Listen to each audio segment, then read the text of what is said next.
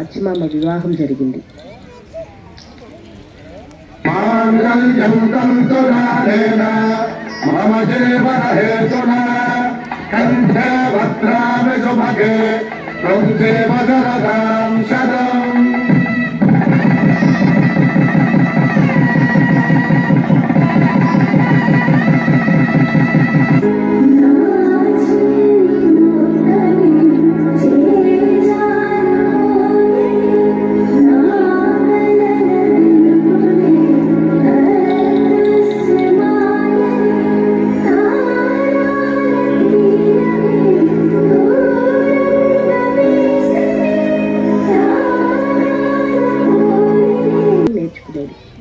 ఇంట్లో ఉండే ఇంగ్లీషు భాష నేర్చుకుంది. ఆమె తెలుగు, హిందీ, మరాఠీ, బెంగాలీ, గుజరాతీ భాషల్లో నిష్ణాతురాలు. భర్త సంప్రదాయవాది. ఇల్లు చక్కపెట్టి వంట చేసి పిల్లల్ని సాకే సంప్రదాయ గృహిణులకి చదువు అనవసరం అనేది ఆయన భావన. ఈ చదువులు స్త్రీలోని అలకువను మాయం చేసి వెర్రితనాన్ని పెంచుతాయనేది ఆయన నమ్మకం. అచ్చమాంబ భర్తకి ఎదురు చెప్పలేదు. అలా అని తనకి చదువుపై ఉన్న మక్కువని వదులుకోలేదు. అతనికి అనుగుణంగా నడుచుకుంటూ భర్త క్యాంపులకు వెళ్ళినప్పుడు అతిగా చదువుకునేది. భర్త అది గ్రహించి తన అభ్యంతరాన్ని చెప్పినప్పుడు అతనితో కలిసి క్యాంపులకి వెళ్ళడానికి సిద్ధపడింది. ఆ క్రమంలో ఆమెకి ఒక బాబు, ఒక పాప జన్మించారు. క్రమంగా ఆమె వినయంతో, ఆమె సత్ప్రవర్తనతో భర్తలో మార్పు తీసుకొచ్చింది.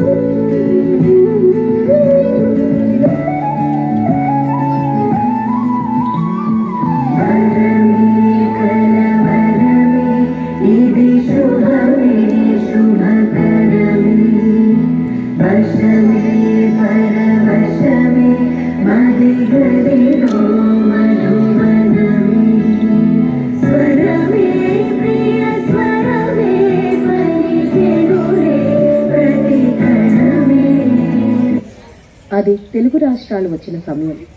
ఎన్నో మీటింగులు, ఉపన్యాసాలు, పండితులతో చర్చలు ఆమె చేయగలిగింది. ఈమె స్త్రీవాది. స్త్రీ అభ్యున్నతికి సంబంధించి ఎన్నో వ్యాసాలు, కథలు, పుస్తకాలు రాశారు. స్త్రీ సమాజం స్థాపించి ఎన్నో మంచి కార్యక్రమాలు చేపట్టారు. అచ్చమాంబ తన కన్న పిల్లల్ని కోల్పోయారు.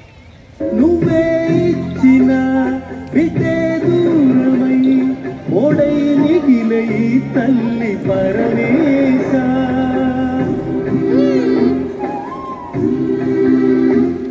తల్లి కళ్ళలో పొంగే గంగతో గుండె తడిసిపోలేద జగదీశ.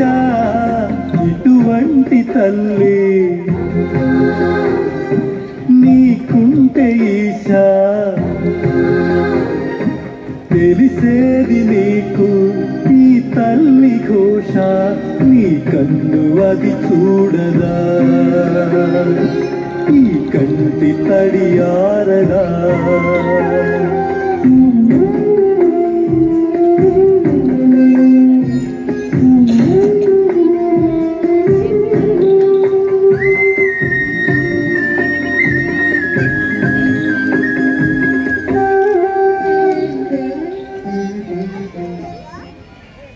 ఆమెలోని మాతృత్వం తన చుట్టూ ఉన్న సమాజంలోని అనాథలను ఆదరించింది. జోలాలిజో జోలాలిజో నీలాలి పాటని మరిచావేనా, ఏ బంధమో నీకున్నది, నీ నీడని నిన్నే చేరేలా. జోలాలిజో జోలాలిజో నీలాలి పాటని మరిచావేనా, తానెవ్వరో నువ్వెవ్వరో అమ్మా అంటూ ఆ గుండె పిలిచు.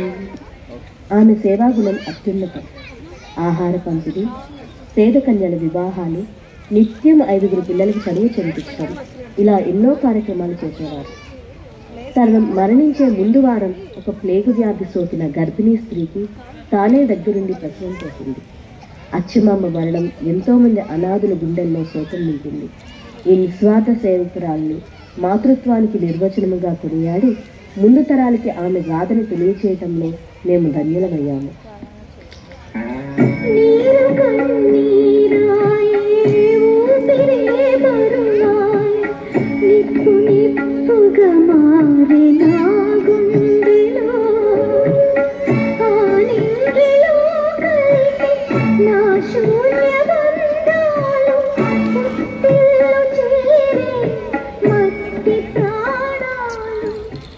అన్నా